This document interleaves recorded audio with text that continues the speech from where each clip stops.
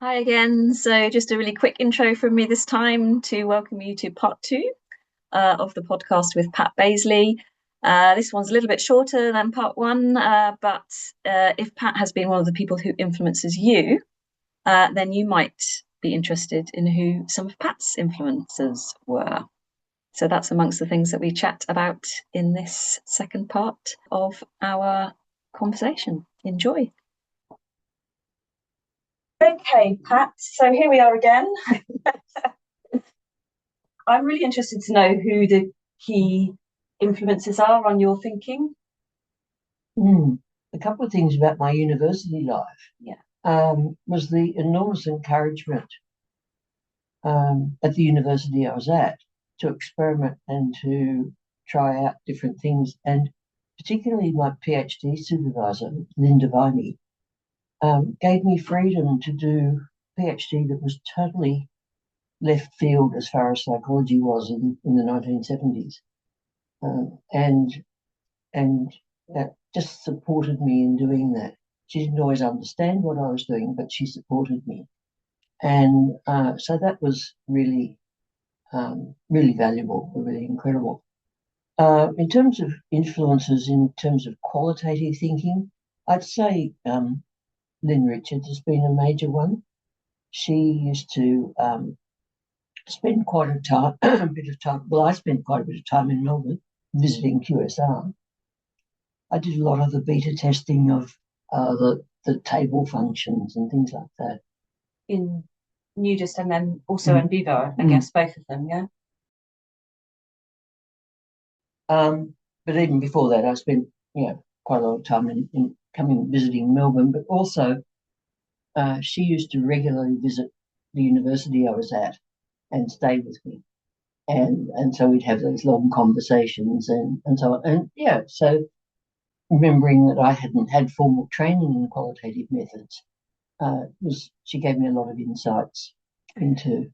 Yeah, and sometimes it's those more informal conversations, like you say, sort of over longer periods of time that you really, that are really valuable, aren't they? Where you look at a piece of data Yeah. and see things in it that I hadn't I seen. can see. Yeah. Yeah, and so she did that, and Jen was also particularly a conference paper I heard her present had a big influence on me, where she looked at emotional fluctuations during the narrative of an interview, and looked at the importance of the pronouns like my and our and the and so on, and what difference that made, those sorts of things. Um, and then the other person that influenced me, again to help me to see things in a deeper way, was Barbara Bowers, who's a professor of gerontology in Wisconsin. And she had been trained by Glaser, Strauss, and Schatzman at the University of California way back. Yeah. And so she was what I used to call a rootin' tootin' grounded theorist. And yeah, she kind of again helped me to understand data in terms of dimensions, or concepts in terms of dimensions, and so on, and to understand, again, to see depth in the data.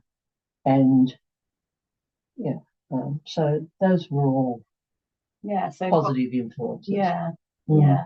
I guess that brings me on a little bit to think about your publications. So many of those people you've mentioned were pretty prolific writers of methods texts as well as their research studies and things. So I just wanted to talk a little bit about your writing. So you've obviously got several textbooks which are really well renowned, but also many other publications. What would you say the publications you're most proud of, Pat? Oh, that's a hard. Um, Maybe the 2007 in vivo book was a big thing for me. The first book I did kind of on my own, as it were, and yeah, I think, and it sort of changed the genre a little bit. It had a massive influence because it was the first textbook. A lot of methodology Yeah. with the, you know, here's why you want to do stuff. Now here's how you do it. So yeah, the mixed methods integration book. Again, nobody had written much about mixed methods analysis. Everyone writes about design. Yeah. But not analysis. And formalizing design. But they hadn't sort of analysed what goes on with analysis and integration. And so, again, yeah, I guess if I could say I was proud of it, just the fact that I put all of that together. Yeah. And you're working on the third edition of that book at the moment? Second edition. Yeah. Yeah. Yeah. So is that going to be much different? Are you updating it or restructuring it? How are you working on that? The actual strategies haven't changed all that much. Mm-hmm. You're still combining things, comparing things, converting things. So there's more complexity in the way people do it. But in some ways, in other ways there isn't. The introductory part I have changed significantly. Although when I look back, the ideas were there. But I'm really emphasising a lack of division between qual and quant. Great. Well, I look forward. That's going to come out next year, I guess, is it? You're not yet sure. The end of next year. End of next year. Yeah. Great.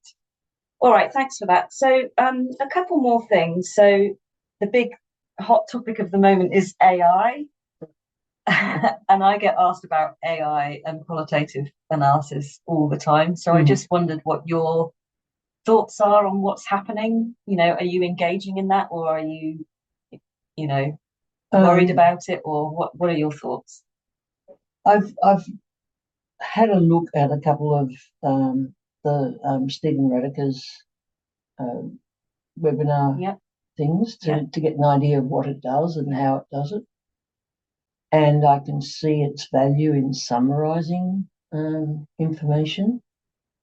And perhaps, it's a bit like running any kind of process to give you an idea of what's in the data in terms of potential codes. But I really, I guess my main concern is that people will just then take this superficial look at the data, their data, and not really get into understanding the person behind the data or the whatever it is, the event or the person behind the data, and to understand what's going on. It's a bit like the concerns I had when suddenly we are dealing with large volumes of qualitative data. And I'm all for still, small size projects where you go in depth and really understand something in depth. I guess it's to do with well, there's a couple of things, aren't there? To do with how developments in technology enable new ways of looking at things or new ways of doing things, but not losing the value of what we were always doing anyway in the face of that. So sure, I can see it as having value as a double check, and I've always, for instance, taught people how to do checks on their coding to make sure that they've captured all of the material that's on a particular concept, ways of using search functions and so on. But the initial ideas have to come from the data. That doesn't mean that you go back necessarily to pencil and paper. I do my thinking on a computer. And so I have always gone straight to having the coding tools open when I'm reading and going through data. So you don't print anything off anymore? A printer cartridge lasts a very long time. Okay. Yeah. I rarely write anything on paper. I rarely print anything on paper. And did that happen quite quickly when you started using technology, or was that a slow transition, do you think? No, it was a quick one. Yeah, once I became competent on the technology, And these days, I've got arthritic hands, and so actually typing's becoming difficult. Oh Yeah, but no, that's interesting. I do a lot behind the computer screen, but sometimes I like to get away from that and think about things, and play with data in paper. But I always then go back and put that back into the software. I play with I do play with scribbling diagrams. Yeah. But even then, I use concept mapping tools because you can move them. Yeah. And if you do it on paper, and then you've got to redraw it because it takes me back to my thesis writing days where there were pieces of paper attached to the side because there wasn't any more room to write alterations in the margins. My thesis was handwritten. Did you type it up on typewriter at all, or was it submitted in handwritten form? Oh no, it was. I had an old bashy typewriter that I then typed it up, but then a proper typist. Wow. Typed it. Yeah. And even when it was mostly written by hand. Wow, how times change, don't they? All 100,000+ words. Yeah. Have you still got it somewhere? Not the handwritten version, no. All right, let's go with the two questions. So one of them's about the past and one of them's about the future. So if you had to pinpoint one moment in the past 30 years since we've been using software for qualitative analysis that had changed the course of our field, what would that moment be? I think the moment was when we changed from kind of the plain text, rigid sort of line length, rigid coding kind of records and so on, to the more open. So the shift from MUDIS to in vivo, and the equivalent of that in whatever happened in other programs, but the ability to actually treat the text more naturally. I think that's to do with rich text format capabilities, isn't it? Yeah. I think that was a huge change. Yeah, because then you could select exactly what you wanted to code, for example, rather than being restricted by a line, which is arbitrary. And with that also came easier ways of putting in attribute data and things like that. So, and treating attributes as separate from the text, so you weren't actually coding for attributes, you were recording them. So those changes were huge for me. I think. Great, thanks. So other people might have been more interested in the fact that you could bring in visual material and so on, but that's never been a big part of my work. So you've mainly worked with textual materials. Mainly worked with text. Side. Yeah. All right, let's talk about the future then. So what's one thing that you think needs to happen in our CAQDAS field to further advance methodology? That one I'm really stumped. Is there anything that you'd like to be able to do that you can't, or that isn't as straightforward as you'd like it to be, I suppose? Or are there... I'd like more.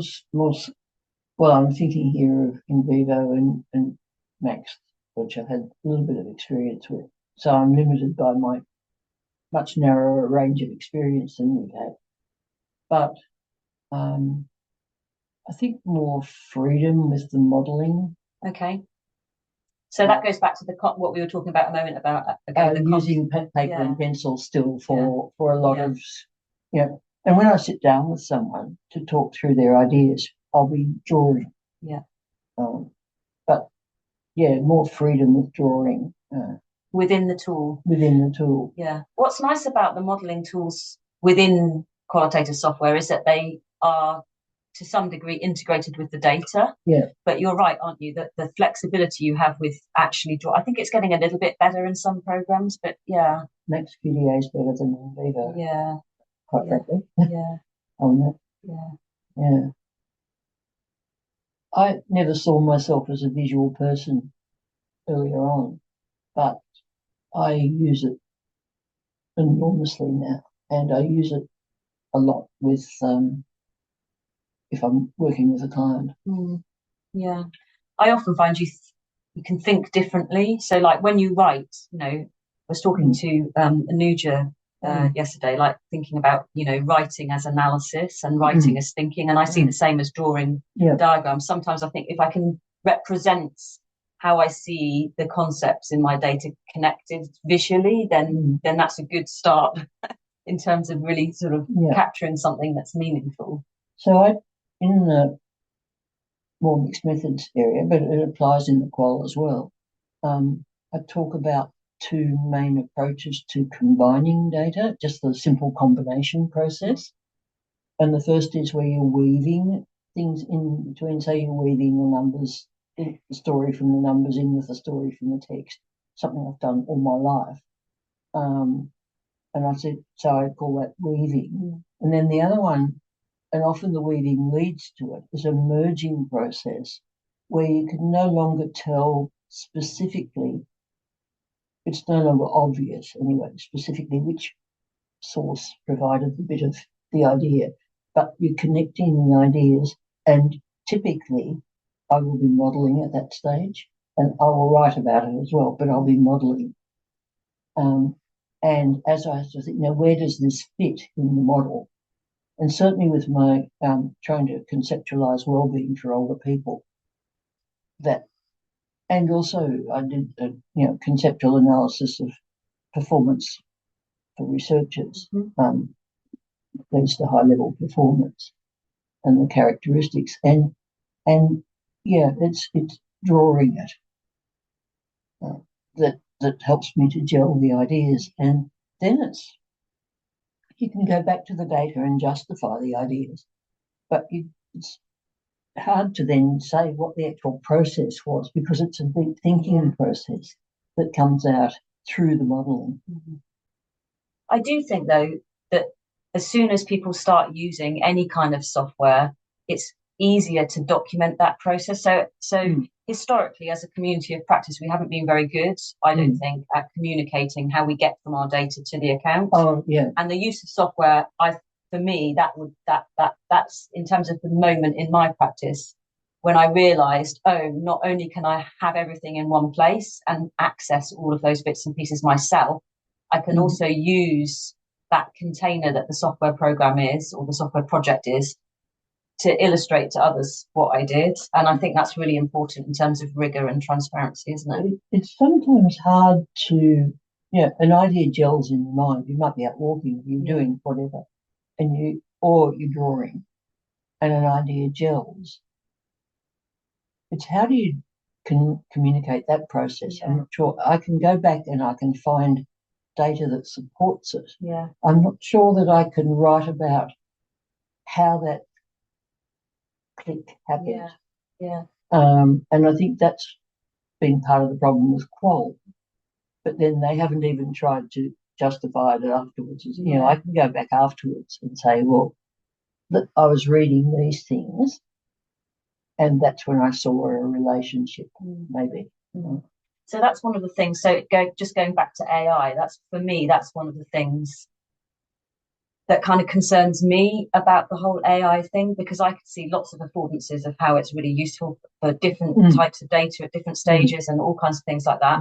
But there's something different about what we do when we interpret data, which is, I think you're getting at here as well, is that we bring all of that background knowledge and thinking that we have about all kinds of other things, not only the data we're looking at now, and that has an influence on what connections we see and all of those sorts of things. But there's also that cognitive process that you're talking about that happens, that no AI, maybe I'm wrong, maybe in the future AI will be able to do that.